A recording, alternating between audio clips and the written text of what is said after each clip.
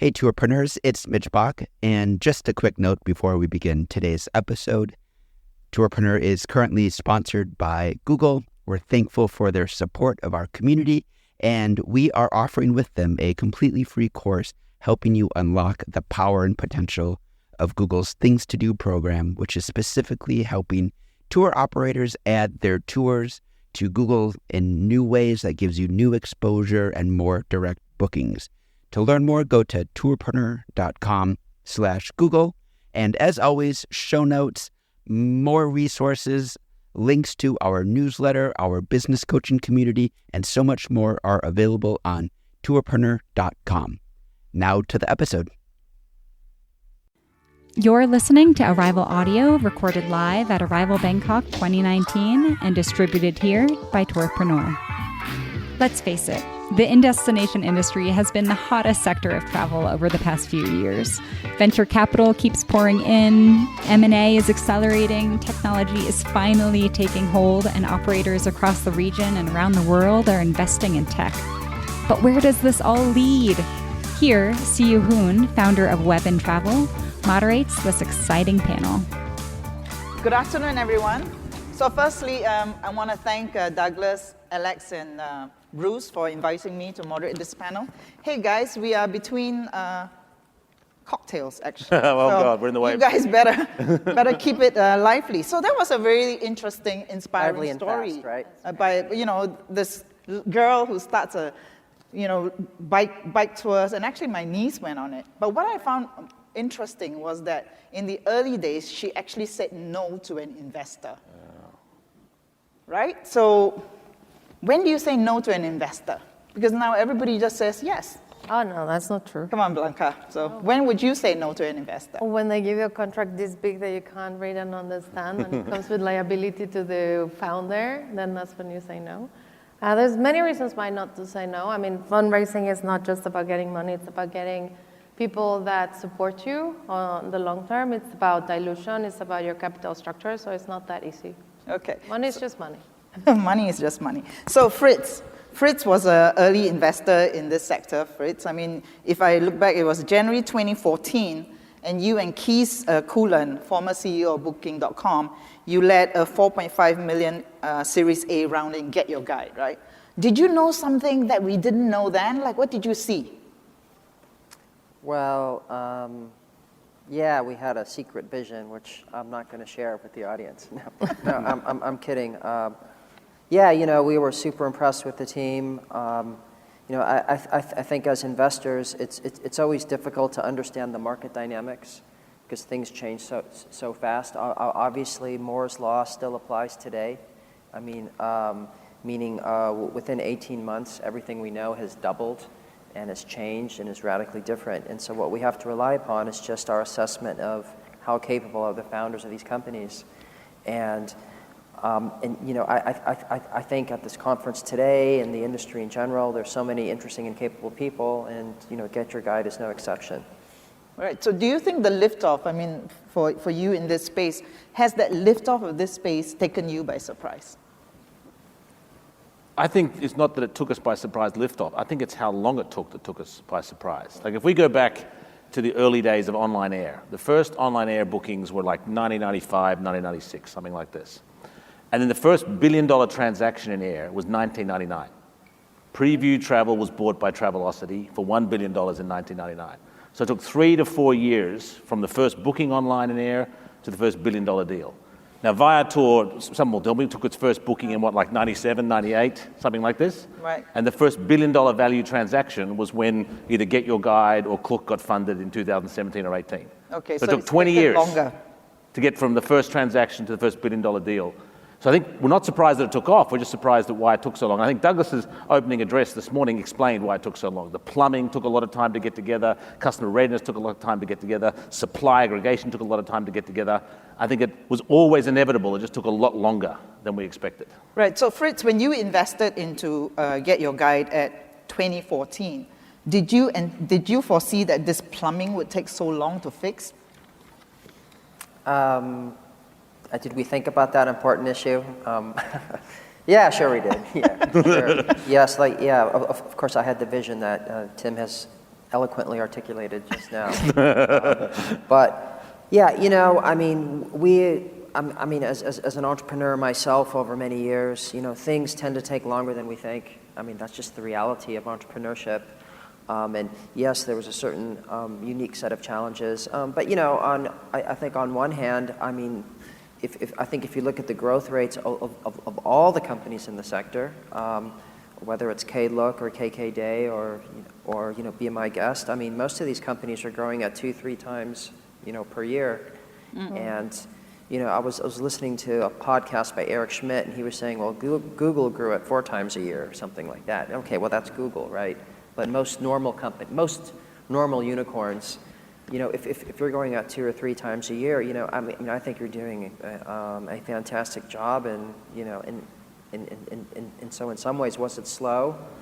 Maybe a little bit, and we definitely had some challenges, but at the same time, I mean, these companies have continued every year to double, triple their top line user base, the supply they onboard, and so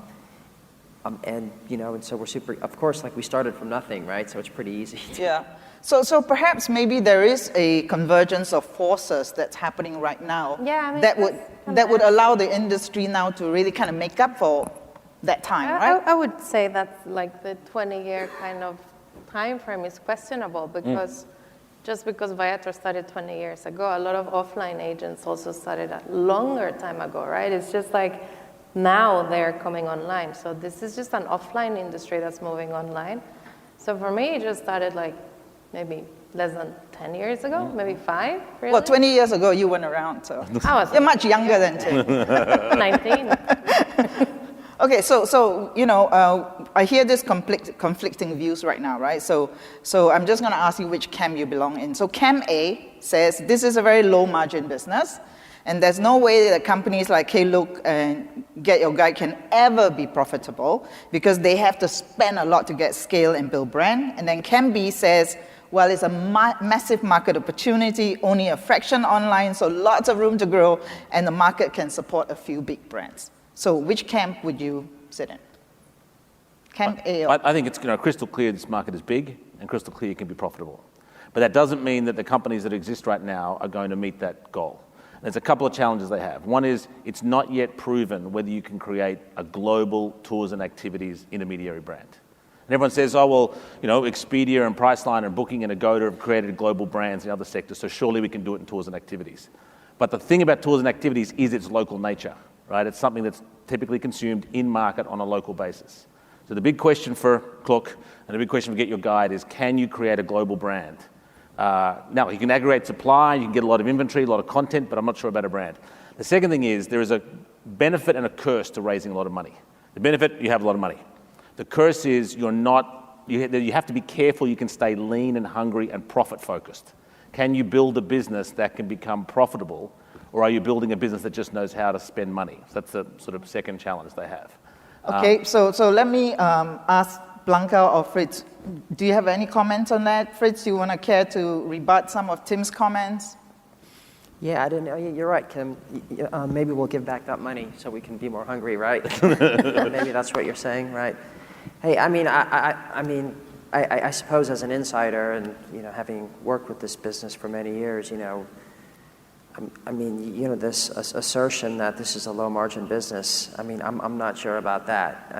What we see in terms of take rates and average basket size and stuff like that is, these are incredibly high and frankly much higher than some of these unicorn OTAs that were on stage earlier today. So I think from an economic perspective, this looks amazing. And to echo what Tim said, yes, this is just the tip of the iceberg, and this is a massive opportunity. And maybe, sometimes, we have to take our inspiration from a little bit outside of the travel category. Mm-hmm. So, for example, Meituan, which is, one of the super apps that, Shibata-san and, Brett were talking about, right? This company is a services marketplace. This is an Alibaba for services, and that's what's inspired us at Get Your Guide. And I think the guys at Klook and some of the others, I think, have, I'm also seeing that exact same example. And so we think that, there's room for a massive services marketplace that can scale. Right. Yes, when he... And do you think, like what Tim was saying is that, it may not be possible to build a global travel intermediary in the tours and activity space like you have in hotels and flights.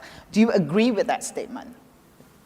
No, I don't agree. I think we can do it, and I think if you ask consumers today already, I mean, we have, top of mind brand awareness already in many markets. And, keep in mind, and I don't know what we mean by brand anyways, because we have to think about, we generate demand for our products and services through brand, that makes sense. But we also do it through integrating with, the WeChat ecosystem that the guys were talking about, or exploiting search marketing in different ways, or influencer marketing, or short video, marketing. And that is that brand, or is that just exploiting various channels in order to, generate more demand? And we're doing that globally already. And it is true. And it is absolutely true that Tim's parent company, Booking.com, was probably the first to have a multi-market, incredibly brutal execution engine to generate demand. Obviously, Keith and Arthur and the founders of Booking, did a great job. And luckily, we took some of that secret sauce because Keys came over to our side for a while, right? Okay. But yeah, and so it's happening. I mean, we see it today. I mean, this is happening. I'm not saying it's game over. Yeah. But it's happening. But clearly, Camp B and the factors are different today versus, in the past. So you are in Camp B because I could see that you were disagreeing with Definitely. Tim. Definitely disagree. Fantastic. You're okay. wrong. It's definitely just the tip of the iceberg. And in terms of building a brand, what I see, as a B2B player, and we don't power Klux or Get Your Guides, we power everybody else, is that there's definitely a lot of investment going to B2C. Of course, because it's a very hot sector at the moment. But what we do find on the OTAs, the traditional OTAs like Agoda and others, is that you're kind of a little bit old school already in terms of technology and adaptation. So what we see that, Klux Get Your Guide doing really well is they're actually tapping into the new traveler segment, and those guys want something different. So I do see the space for the brand. How big can it get, and can it be like another Expedia Group and a Booking Holdings? I don't know, but it's definitely, there's so much more in there. I guess the other question one would want to ask is that, with so much funding, and then you said that as long as they can remain lean and hungry and profit focused, well, maybe profit is not the focus, right? Maybe growth is. So, one question I ask is like, what's a possible outcome with so much funding right now raised by companies like Klook and Get Your Guide? And SoftBank is a common investor. So what's a possible outcome? Could SoftBank say, let's merge these two and create one giant? One, have they become too big to be acquired? Or could they evolve in what we call the OTA 4.0, where they use their in-destination strength, like what I think we're talking about the super apps and how you start with local activities to sell other stuff? What's a possible outcome? Are you too big, Fritz, to be acquired? Yeah, well, I'm just throwing it out to any of you to discuss. Hey, look at this. If anyone's ever talked to, Eric or Ethan at Klook or Min at, KK Day, or, obviously Blanca here and Clement, or, Tao and Johannes, these are all exceptional entrepreneurs. They want to build empires. They want to do something big. These, and so I think anyone who wants to do something big and they're independent and everyone has a unique personality. And what that means is, I think the last thing they want to do is really to sell to anybody. And so there's a lot of room. These companies are all growing at 2 or 3 times a year. Why would anyone ever consider selling unless someone really paid up, right? And everyone knows how cheap Glenn Fogel is, right? So it's not going to happen. Right? Okay. So, that's how I think about it. And and obviously Masa-san has a lot of vision, at SoftBank, and he likes to spread his bets, which is fine, but these are fiercely independent companies, and And everyone has their own creative ideas on I think on how to do things, and I think it's going to be that way for a long time. All right. Hey, So, Soo-Hyun, can I yeah. I want to just jump in. So I'm over here. I want to just tying this into, from the operator perspective, one of the issues so the growth of Booking.com and Expedia, two big OTAs, they became the two 800-pound gorillas in the marketplace, really changed the landscape for the supply side, for hotels. And a lot of complaints, a lot of concerns from the supply side. We're still at the very kind of, I think, beginning of that. But when you've got two companies that have raised sums like this, what does this mean for the supply side, the operators, and the attractions? I mean, you've seen this happen now over the past 2 decades on the hotel side. What should we be aware of? What's to come, and how should operators be thinking about this? Well, can I answer that? Please. I mean, we work with a ton of operators, and what we tell them is like you should spread your channels, because if you depend too much on one source of customers or the other, then you're not doing your job. You should do your direct, your third parties. You should do a source for your Asian customers, a source for your European, for your US. And actually, if you see operators in Asia, they have even still very traditional offline travel agent relationships that they're not going to get, they're not going to let go of. So it's just really about keeping a balance. And I think that they've learned very well what happened to the hotel space, where yes, OTA squeezed a lot of the margins. So in that sense, you're at an advantage because you're starting later, so you can learn a lot from what happened in the past. Yeah, I mean, one of the things that I think, hotels were disintermediated by OTAs because they were sleeping, right? I mean, they weren't watching. And at the same time, they also were commoditized, right? Do you think, what lessons can tour operators learn from this? I don't think hotels were disintermediated, and I don't think they were commoditized at all. I think the hotels have painted a picture in their mind of direct and indirect, or direct and OTA being competing channels. I see them as completely complementary channels. A healthy hotel, just like a healthy tour operator, just like a healthy Berlin walking tour person, is going to have a mixture of direct and indirect and should embrace both of those channels. And I think hoteliers have got themselves caught up in a notion that each customer could either be direct or indirect, and I can shift them one way or the other. I think it's much more different than that. I think the direct channels and direct customers are often in different places and different pools to the indirect ones. So my encouragement to hotels and other operators, just like Blanca says, is have a balance. These are complementary channels. You need to work with them together. But don't assume that each customer can be in both baskets of marketing. Right. So we've covered funding in the B2C space, which is where the bulk of the funding is. B2B is always not so sexy, right? Blanca? Not so sexy, harder to raise funds.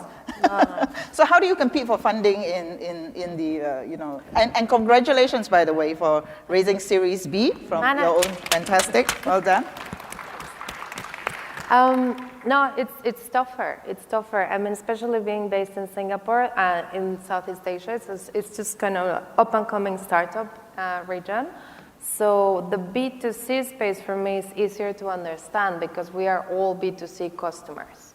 So when it's an emerging region for investment, I think that's also a reflection of the investors that you find. Of course, so for us, I mean, we could have been a little bit smarter in our strategy for fundraising, but we are very focused now in those VCs that really understand the B2B space. It might not be on the travel space, especially not tours and activities, because there's not many players addressing it. And GlobalTix and us is probably, two of the companies here that do that. So yeah, right now we're focusing just on those VCs that actually understand B2B. And what B2B does and how it works. Exactly. But that space is very competitive right now, right? I mean, there are a lot of companies coming in with tech solutions. Well, there are the reservation systems who address just technology. There are the traditional B2B offline resellers who have some sort of technology solution. I think one thing, what we've done to try to differentiate ourselves is to marry, to deliver a solution for the supplier. Yes, you need technology, but you want sales. So we're trying to pair both. So we give you a reservation system, but we also give you a distribution network. So we kind of think that we built a little bit of a blue ocean space in the B2B area in a really big red ocean space of B2C competitions. Okay. Hopefully I'm right. Well, we're taking a bet on that. So Tim, I mean, OTAs like yourself, Agoda, you've been buying hospitality tech, right? Because clearly you want to try and sort of get that customer to have a good hotel experience when they're in hotels, right? And some OTAs have also been buying tours and activities tech, right? Do you see an acceleration in M&A activity from the OTA part, and especially on the part of Agoda? It's always super dangerous to talk about or speculate about the acquisition activities of Booking Holdings because it's a public company. That's dangerous. But I can say that if this mirrors what happened in hospitality, then we will clearly see a lot more consolidation of building and investment and activities. That mirror was clear. We've seen it in the last 15 years in hospitality, so it has to happen in this space. Yeah. Okay. So what other, you are looking at investments and corporate development at Agoda, right? So other than hospitality tech, what other areas are you interested in right now? Well, I think the thing that's red hot at the moment in travel, and you saw it a bit in Kay and Brett's presentation, is payments and payment technology. And fintech is not a travel-only story. It's an e-commerce story. It's a food and beverage. It's an everything story. And I think we are only at the beginning of a massive fintech revolution. We've seen all the payment platforms that Brett and Kay discussed: GrabPay, WeChat Pay, Paytm in India, and so forth. We've seen that the visibility that's now available on foreign currency costs, the rise of payment gateways, the squeezing of merchant fees. We are in the middle of what is going to be a very exciting time and a revolution in payments. And I guess that's something the internet loves to do, is kind of squeeze costs out of everything, right? So because we are paying way too much merchant fees or credit card fees right now. Everyone in this room knows the scam where they ask you, would you like to pay in your local currency at a hotel or a restaurant or whatever, and we know that is just a recipe for them taking 4 or 5%. So the payment areas are very exciting. So next big space. What about for you, Fritz? I mean, you run your own VC, Queens Road Capital. Other than tours and activities, what other areas are you looking at? What other verticals? Well, we look at, so we try to learn from the travel industry and apply it to other categories, but we certainly have looked at alternative accommodation, something we're excited about. Payments and certain, you could say, financial solutions to aspects of the ecosystem, something we're super excited about as well. So Blanca, I mean, what are some of the myths that you think, because you always say that Asia is immature, right? The market is very different here, but Douglas in the opening said, maybe it's not that different.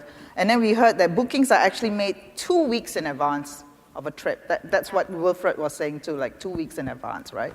So therefore, this whole thing about instant booking, how important is that to Well, yeah, that's actually quite interesting because some of the data Douglas shown actually came from our business, and that shows that 50% of the bookings are made in destinations or within 2 days, which is great, but it's only half, right? So, and you have to look at the type of traveler who's actually booking, and if we talk about the tip of the iceberg, then we're only analyzing those bookers that are actually booking online. So then we would have to really expand that data to all of those bookers that are not booking online and all of those products that are not yet online. So a lot of our OTAs in the region have hyper mobile users and hyper millennial, really ADD kind of kids. So they want everything instant. But to be honest, there's still room, and advanced booking is still possible. So for operators that are, you're struggling with being able to do instant confirmation, there's still room for advanced booking as long as there's, sufficient response that is fast enough.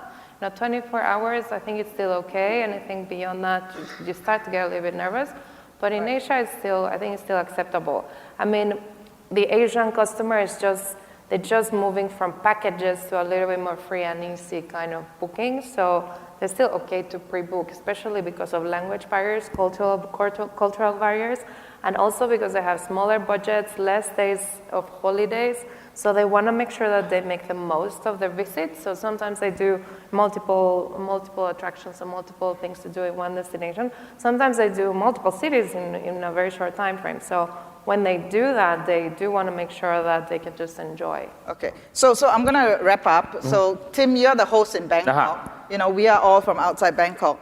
Give us a recommendation on what Blanca and Fritz can do, the funnest thing they can do in Bangkok without alcohol. My favorite thing to do in Bangkok is an urban hiking meetup group. Okay. This is a bunch of 40 to 60 people once a month, goes on an urban hike through the back streets of Bangkok. A 10-kilometre loop created by the organiser, which always uncovers something crazy in Bangkok. But it is a hike, not a walking tour. Okay. Put on your exercise shoes. There's no stopping, no pausing, no photographs. Okay, does this sound like something you want to Bangkok do? Urban Hiking Group is the best thing to do in Bangkok. All right. Without alcohol, Blanca and Fritz, what's your best in-destination experience that you've ever had? I've done the fastest roller coaster in the world, Ferrari World in Abu Dhabi, Formula One. Yes, I survived. Okay, a little bit. 240 kilometers in 5 seconds. Whoa. Wow, that's like the growth of the tours and activities sector right now. Yeah. Fritz. Yeah, for me, I was visiting Buenos Aires once, and I took this tango tour. Wow. And it was just the coolest thing. It was and the reason why it was amazing is you had this super knowledgeable, charming guide. It was personalized for me. It was authentic in the right part in Buenos Aires where the real locals went, and people all dressed in black, and the guy with the like the sounds cool. Like the Pinochet hairstyle or whatever it is. It was just the totally coolest thing. All right, so finally, since this session is about money, I'm going to give you 10,000 baht each. We're on a tight budget here, right, Douglas? 10,000 baht. Who will you bet on? Who will be the winners in this space? Pick one name. A name? Or name, or give a concept. I'd put half of it into the plumbing. So I'd put half of it into the people doing the reservation systems, the platform. Mm-hmm. I'd put 2,500 into someone who is a specialist in something complex, like safaris in Africa. And there we go. See me afterwards. Okay. And I put $2,500 into global OTAs getting into this space. Well, Blanca, where would you put the money? I'll put 8,000 baht on technology, 2,000 baht on drinks on the party after. Well played. Fritz, what would you put it on? I would just say, we have to think about it like a barbell. On one hand, like the big platforms that are already established, I think, and have the money to sponsor this, this conference and stuff like that. Those companies are exceptionally run and doing an amazing job. And then, like Tim said, on the other side of the barbell are going to be those niche players. So the Safari, South Africa, I love it. Right. Or the lady biker tours in Vietnam. So whatever it's called. Fritz, Blanca, Tim, thank you so much. Pleasure. Thank you. We hope you enjoyed this session from Arival, the only event dedicated to creators and sellers of tours, activities, and attractions. Head to arivalevent.com to register for upcoming conferences around the globe. And for insights into the in-destination industry, head to arival.travel.